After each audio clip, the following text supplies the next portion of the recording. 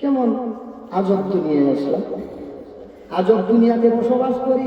আল্লাহর গোলাম কথা কোন যাবে, নবীর গোলাম কোন যাইতো না। নাউজুবিল্লাহ, নবীর গোলামের কথা কোন যাইতো না, এই কথা বলি বলে ইমান থাকবো না। আরে বাবা, আপনি যদি নবীর গোলাম না হইতে পারেন, আমি বলবো নবীর গোলাম হইলে আপনি ইমানদার, নবীর গোলাম না হইতে পারলে তো আপনি বেঈমান।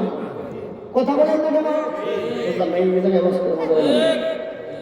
নবীর গোলাম হইতে পারলে তো ইমানদার মিয়া, আর নবীর গোলাম না হইতে পারলেই তো বুঝলাম যে আপনি বেঈমান। কথা কোন ঠিক কিনা? বাবাজিরা আমার, বন্ধুরা আমার, খুব হুঁশিয়ার, খুব সাবধান হয়ে যান। এমন একটা জামানার মধ্যে আসছি, নবীজি বলেছেন যে শেষ জামানার মধ্যে ইমান ধরে রাখাটা তেমন কষ্ট হবে যেমন একটা জ্বলন্ত আংরা, জ্বলন্ত একটা কয়লা যেমন হাতের তালুর মধ্যে রাখতে যেমন কষ্ট হবে, হ্যাঁ, তেমনি ভাবে উম্মতে মুহাম্মদীর, নবীর উম্মতের, আল্লাহ রাব্বুল আলামিনের বান্দা এবং বান্দির তেমনি ভাবে ঈমানটাকে ধরে রাখা কঠিন হয়ে যাবে। কথা কোন ঠিক কি? মনে হয় আমরা এই যুগের মধ্যে চলে আসছি। কথা কোন ঠিক কি? যত দেখবেন নবীর বিরুদ্ধে কথা, যত দেখবেন ওলি আল্লাহর বিরুদ্ধে কথা, যত দেখবেন নবীর মিলাদের বিরুদ্ধে কথা, যত দেখবেন নবীর সালাতু সালামের বিরুদ্ধে কথা। কথা কোন ঠিক কি না? এদিন কেন লাগেছি এটা যে সব ঠিক আছে আপনাদের, কিন্তু নবীর কাছে দাঁড়ায় সালাম দেন, এটা বেদাত। নাউজুবিল্লাহ, আপনারা যে এই কাজটা করবেন এটা বেদাত, সব ঠিক আছে। পরে শেষ পর্যন্ত কথার কাটাকাটি তর্কাতর্কি হয়েছে। যিনার সাথে কথাবার্তা বলছে উনি আসলে কোরআন হাদিসের এলেম নাই তো, কোরআন হাদিস জানে না তো, তারে সুযোগ পায় বুঝলেন না, ধরছে বলতেছে তোমরা যে এই কাজটা করো এটা যে করো এটা কি কোনো দলিল আদিল্লাহ আছে? পরে কইছে আমার এই ভাই কইছে কেন্দুয়া ভাই কইতেছে আমার মুখ আছে, আমার আলেম আছে, তোমরা কোন দিন কবে এই বিষয় নিয়ে বসতে পারো, কোনো আপত্তি নাই। তোমরা যদি বলো যে প্রশাসনিক ভাবে বসবা, প্রশাসনের নিরাপত্তা নিয়ে বসবা, বাহার সিস্টেমও যদি বসতে চাও, আমরা বসতে প্রস্তুত। কথা কোন ঠিক? তো আমরা গেলাম, যখন শুনছে যে আমরা যাবো ময়মনসিংহ থেকে বক্তা যাইবো, এটা বিষয়ে আলোচনা তখন বলতেছে ভাই আমরা নিজেরা এটা নিয়ে বাড়াবাড়ি করাটা ঠিক হতো না। তার দেখেন সুরের মন পুলিশ কথা কন্যা করলে এটা, তার সে আগে থেকে বিচার দিতেছে, কাটতে যেতেছে, কারণ তার তো কোনো দলিল নাই, তার কোনো কথার ভিত্তি নাই, তার কথার কোনো ভ্যালু নাই। সে যে কথা বলছে তার শক্তি গায়ের জুড়ে কইছে না, বংশের জুড়ে। কথা কন্যা করলে সে তার তার শরীরের গরমের জুড়ে, রক্তের জুড়ে কয়ে লাইছে, বংশের জুড়ে কয়ে লাইছে, কিন্তু কোরআন হাদিসের কোনো দলিলের কোনো জোর তাদের নাই। কথা কোন ঠিক? যদি থাকতো তাইলে তারা আসতেছে, আমরা কি আসো, আমরাও কোরআন হাদিস দিয়ে বলবো, তারাও বসবে, তারপরে সেখানে আলোচনা হবে, সব এখানে যত শ্রোতা আসবে তারা এটার পক্ষে রায় দিবে কোনটা সঠিক আর কোনটা বেঠিক। কথা কোন ঠিক না?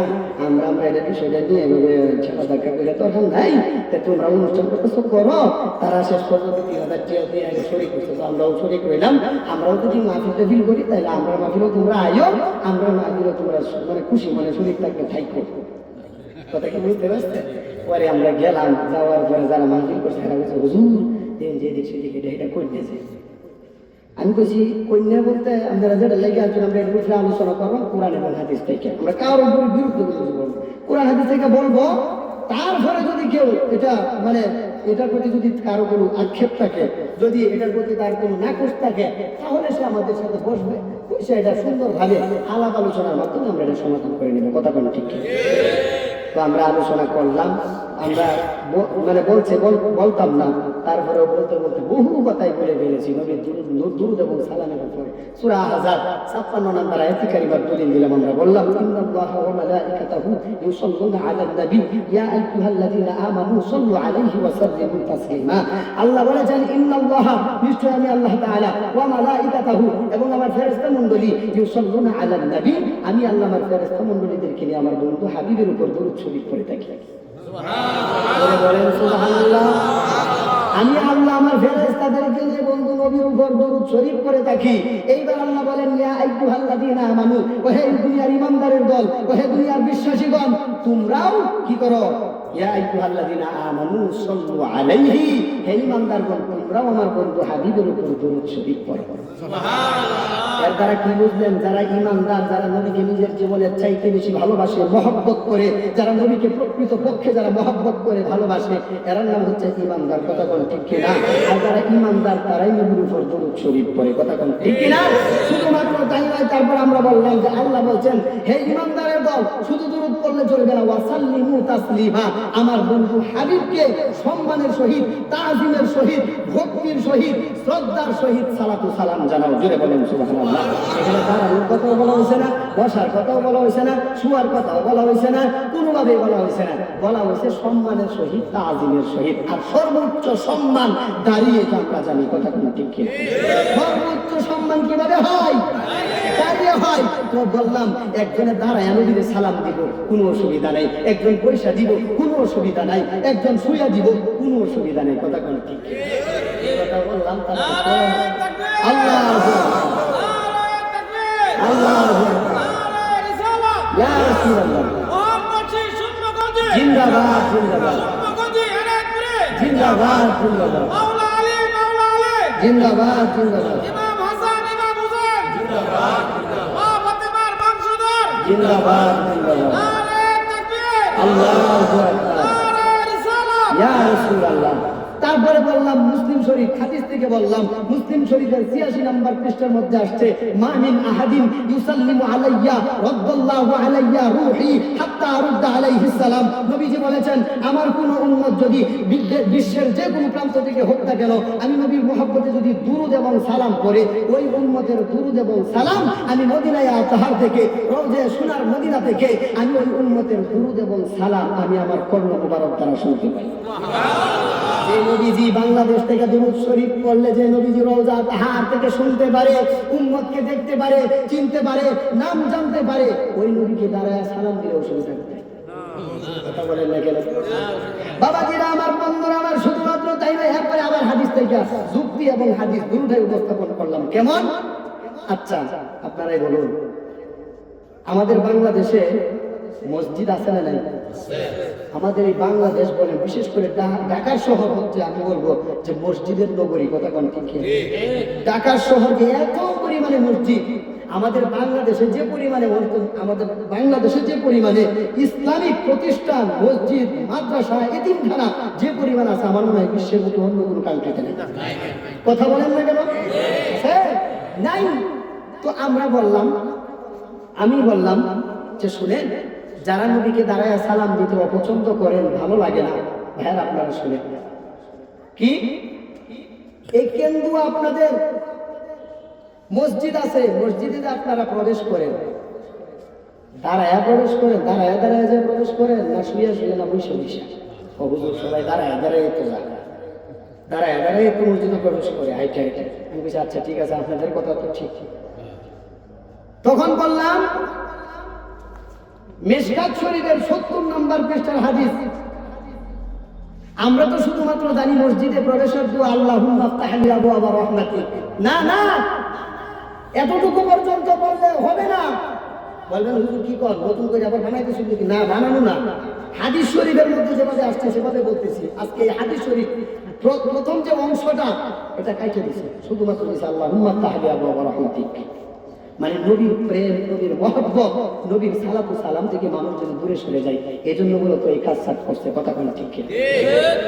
মসজিদে প্রবেশের পূর্বে মসজিদে ঢুকতে হয় ডান পা দিয়ে। কোন পা দিয়ে? ডান পা দিয়ে প্রবেশ করতে হয়। দাঁড়ায়া না বইসা না শুয়া? আপনাদের নেত্রকোনা কিভাবে? দাঁড়ায়া। তখন করতে হয় বিসমিল্লাহি ওয়াসসালাতু ওয়াসসালামু আলা রাসূলিল্লাহি আল্লাহুম্মা আফতাহ লি আবওয়াব রাহমাতিক। জোরে বলুন সুবহানাল্লাহ। আরে মিয়া, আপনি দাঁড়ায়া দাঁড়ায়া মসজিদে আপনি দাঁড়ায়া ঢুকতেছেন, নবীর উপর দুরূদ সালাম কইরা নবীজিরে ওইখানে দাঁড়ায়া সালাম দিতেছেন, আর আপনি কেউ যদি মিলাদ মাহফিলের মধ্যে দাঁড়ায়া সালাম দেয় তাহলে বেদাত হয়ে যায়। আচ্ছা, মানে বেদাত যেহেতু হয় তাহলে সেটা সবখানেই হইতে পারে, মসজিদে যাওয়ার সময় হইতে পারে, মিলাদ মাহফিলও তো হইতে পারে। কথা কোন ঠিক? আপনি নবীজিরে এখানে দাঁড়ায়া সালাম দিলেন, বেদাত হয়ে গেল। মসজিদে ঢোকার সময় সালাম দিলেন, এটা একবার বেদাত হইল না, সহি হয়ে গেল। এটা কেমন কোনো কথা আছে?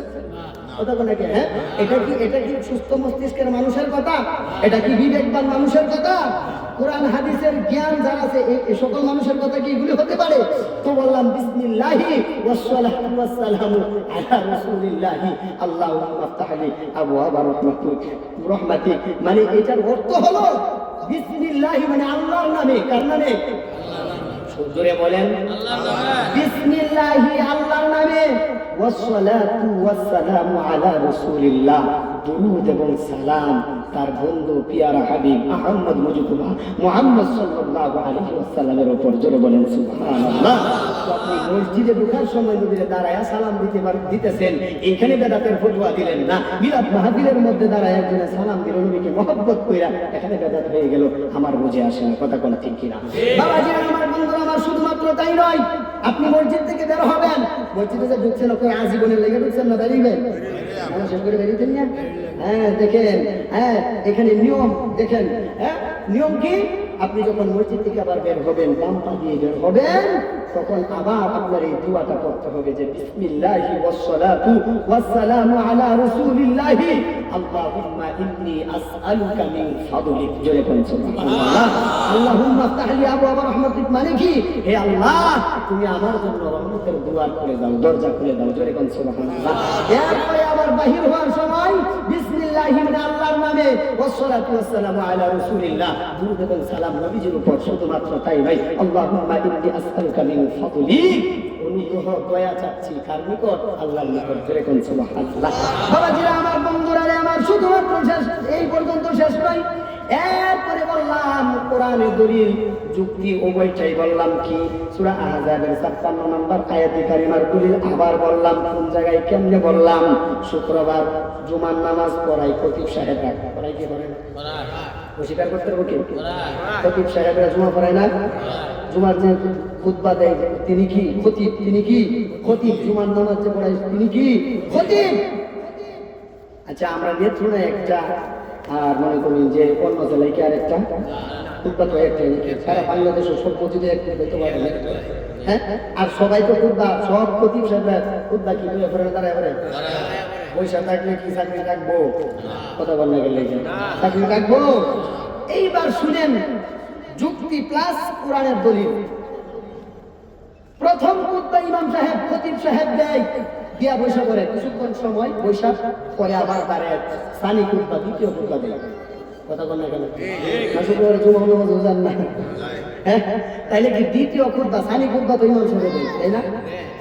সানি খুতবা বাংলাদেশের যত মসজিদ, বিশ্বের বুকে যত ইসলামিক প্রতিষ্ঠান মসজিদ আছে, যত মসজিদে খুতবা হয়, খতিব সাহেব খুতবা দেয়, দ্বিতীয় খুতবাটা কি দাঁড়ায় দাঁড়ায় দেয়? খুতবা দাঁড়ায়, দ্বিতীয় খুতবা কি বইয়া দাঁড়ায়া।